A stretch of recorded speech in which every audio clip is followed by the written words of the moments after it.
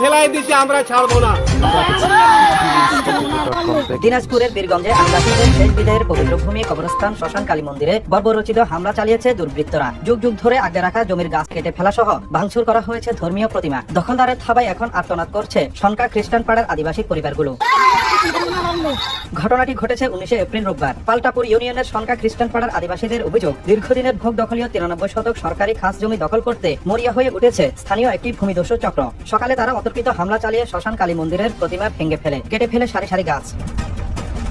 পূর্বপুরুষের আমল থেকে ভোগ দখল করা এই জমি রক্ষায় আদিবাসীরা বাধা দিতে গেলে শুরু হয় সংঘর্ষ। উত্তেজনা ছড়িয়ে পড়লে খবর পেয়ে ঘটনাস্থলে পৌঁছায় স্থানীয় প্রশাসন। পুলিশি হস্তক্ষেপে পরিস্থিতি নিয়ন্ত্রণে এলেও এলাকায় এখনো থমথমে অবস্থা বিরাজ করছে। নির্বাহী ম্যাজিস্ট্রেটের উপস্থিতিতে ঘটনাস্থল থেকে গাছ কাটার বিভিন্ন সরঞ্জাম জব্দ করেছে পুলিশ।